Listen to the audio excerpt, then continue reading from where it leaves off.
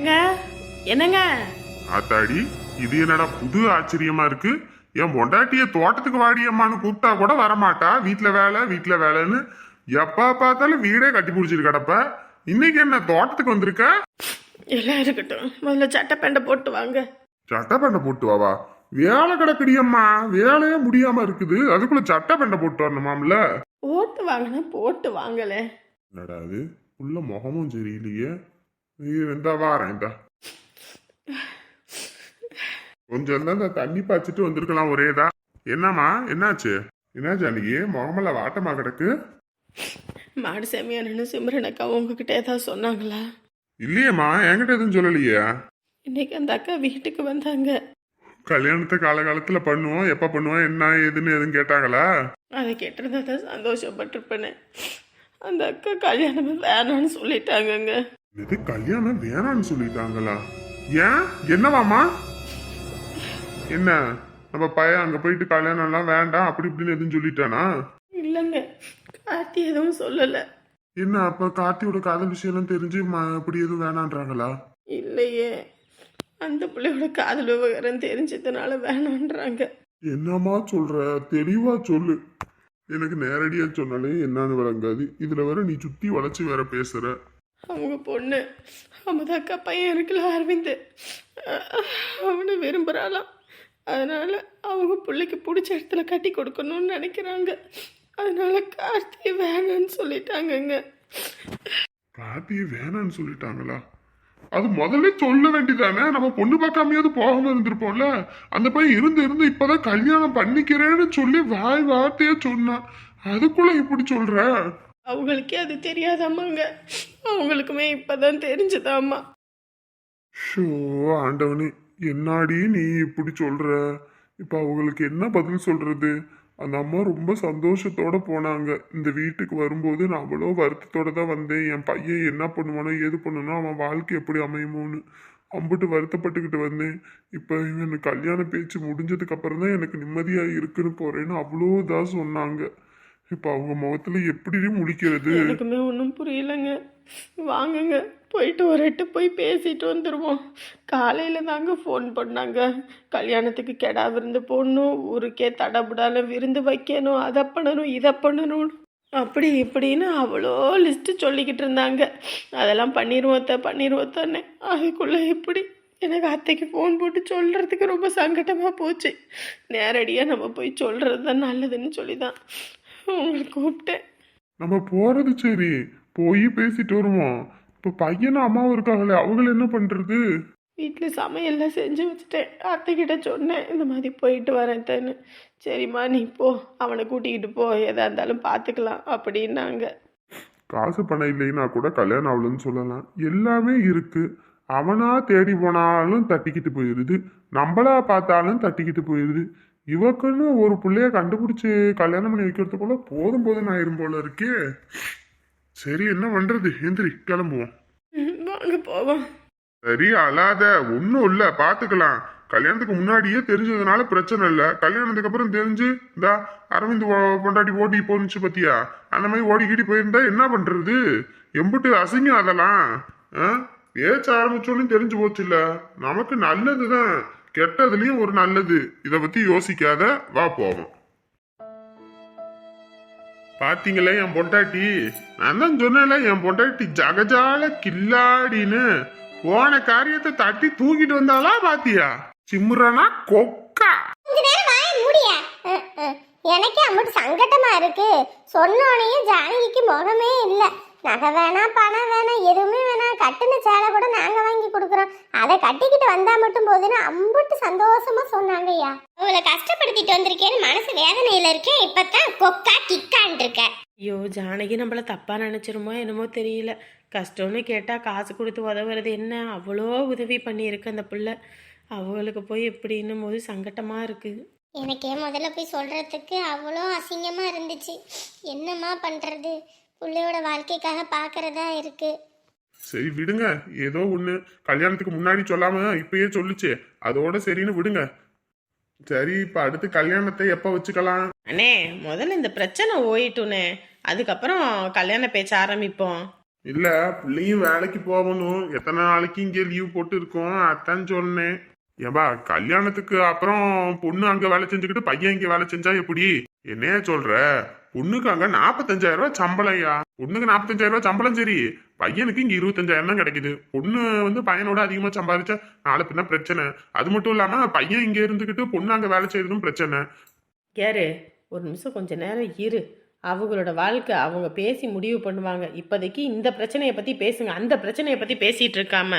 அதுக்கு இல்லடி, என்னதான் இருந்தாலும் பையன் நம்மளை விட்டு போக மாட்டான், பொண்ணு அந்த வேலையை விட்டு வர முடியாதுல்ல, அதுக்காக சொன்னேன். எங்கடி அது ஆளையே காணோம்? எங்கே போணுச்சுன்னு என்கிட்ட கேட்டா அது என்ன வீட்லையா தங்குது? இங்கிட்டு போகுது அங்கிட்டு வருது, அதுக்கப்புறம் விருட்டுன்னு வெளியே போணுச்சு. இன்ன வரைக்கும் ஆளை காணா. ஒருவேளை கிளவி வீட்டை விட்டு எதுவும் ஓடிடுச்சா? அதை வச்சு காரியம் சாதிக்கணும்னு இருந்தா வீட்டை விட்டு ஓடிடுச்சா? என்னான்னு தெரியலையேங்க.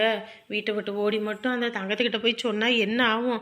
அந்த தங்கம் அன்னைக்கே மிரட்டி விட்டுல அனுப்புனேன். சரி, அவளாம் ஒரு பெரிய ஆளா?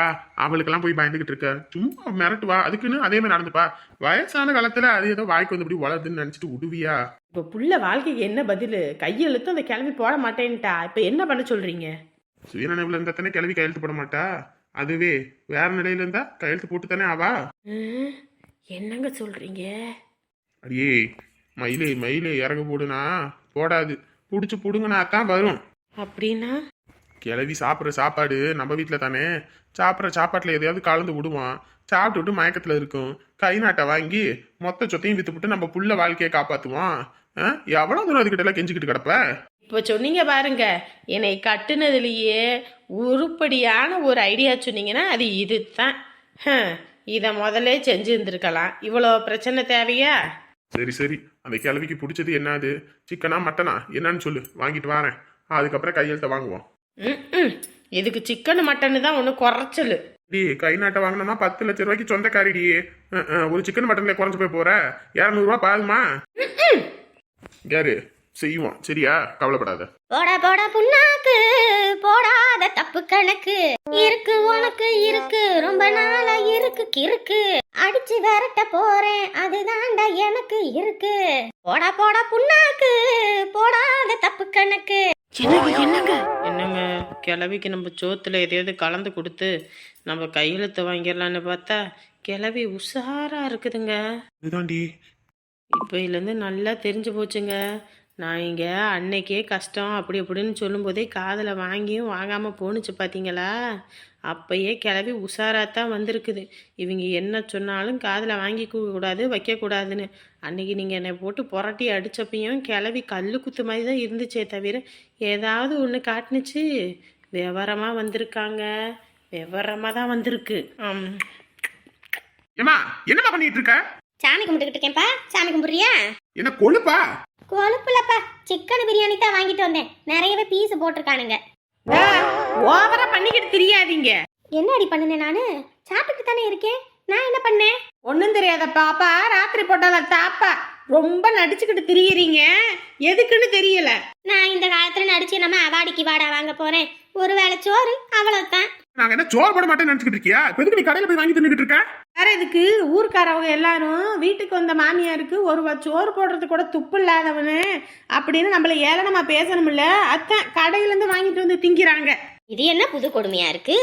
எனக்கு தோணுச்சு கடையில சாப்பிடணும்னு, அதனால போய் வாங்கிட்டு வந்தேன். இதுல என்ன இருக்குது? இத்தனை நாள் கடையில சாப்பிடாம இப்ப எதுக்கு கடையில சாப்பிடுறீங்க?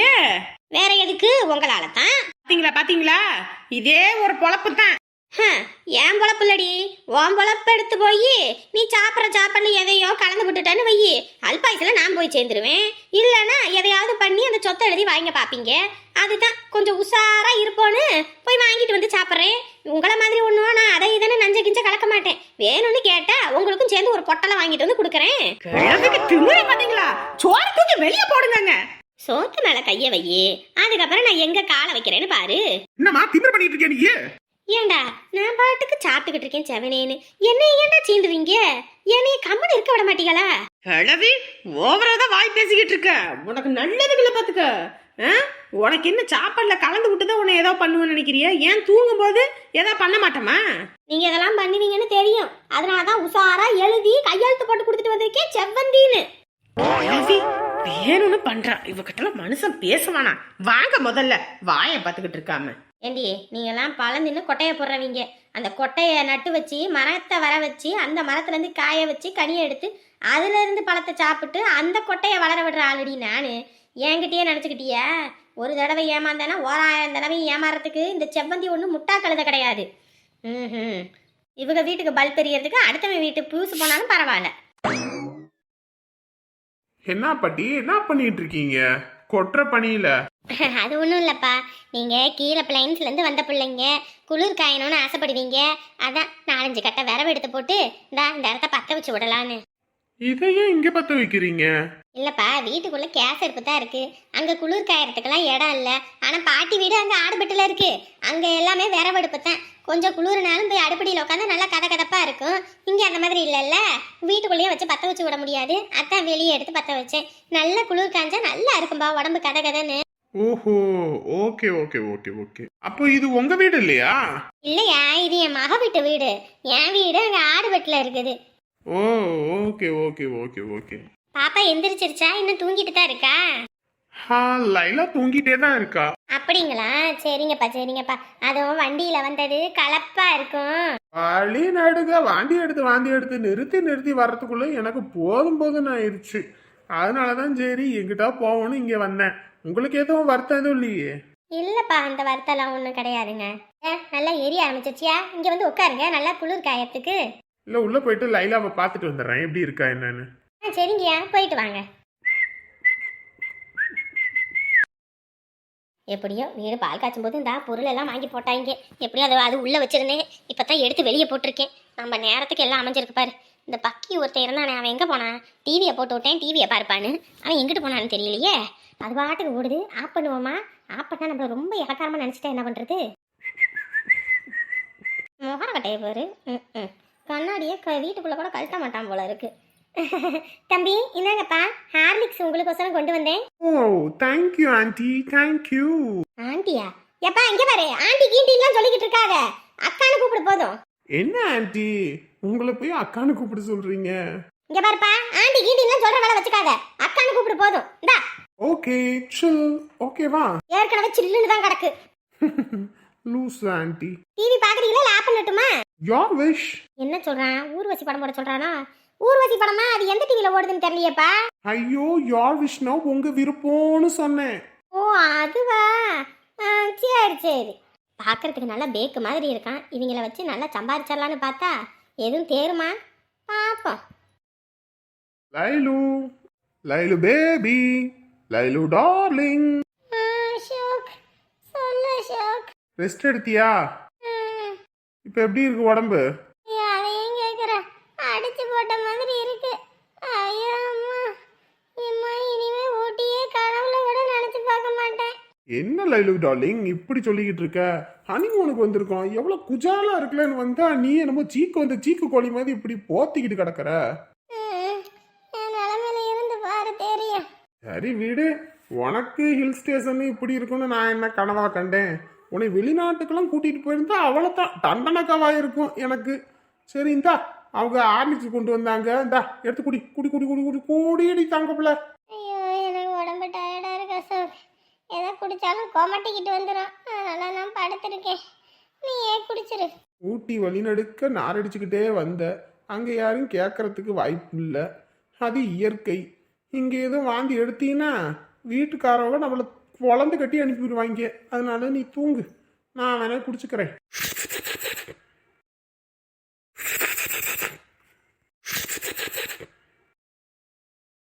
அடுவாரு பையன், ஏதோ என்னால் முடியல. கொஞ்ச நேரம் கழிச்சு குடின்னு சொல்றதுக்கு மனசு வரல. வேணான்னு சொன்ன உடனே ரெண்டையும் பொழந்து கட்டி அடிக்கிறானே. இவெல்லாம் மனுஷனா? ஐயோ, அனிமோனுக்கு என்னென்னவோ கனவோட வந்தேன். என்னை இப்படி கட்டுன்னு கடன்னு கடக்க வச்சுட்டானே.